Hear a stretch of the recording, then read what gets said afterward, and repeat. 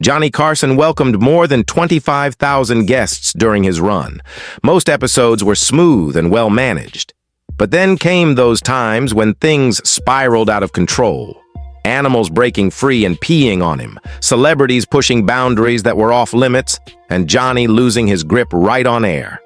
Here are the 10 wildest incidents from Johnny Carson's era. Ed Ames' Tomahawk Mishap. Back in 1965, Ed Ames was promoting his character Mingo from the NBC show Daniel Boone. He decided to show off Native American tomahawk skills.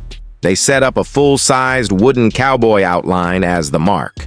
Ames positioned himself 15 feet back, described how indigenous people honed this ability, clutched the handle, drew it back, and launched it. The tomahawk twirled through the space and lodged with a thud right in the wooden target's groin area. "I had no idea you were Jewish." The crowd exploded, but Johnny fell apart entirely, tears pouring down, struggling to breathe, speechless for almost 3 solid minutes on broadcast TV. The lens stayed fixed on him. You saw him attempt to pull it together, glance at the tomahawk in that spot, and burst out again. Ed Ames simply stood smiling. Johnny actually stepped away from his table to regain composure off stage. The footage turned into one of the most rewatched segments in Tonight Show lore.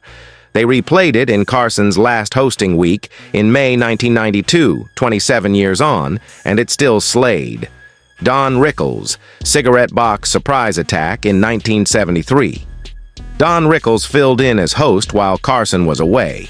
In one session, Rickles accidentally tipped over and shattered Johnny's prized wooden cigarette holder. Rickles realized Johnny would be livid. "Going to know. This isn't your territory. You mad city. You're not getting the territory, you foolish guy. You're not getting the territory. No Carson cigarette holder.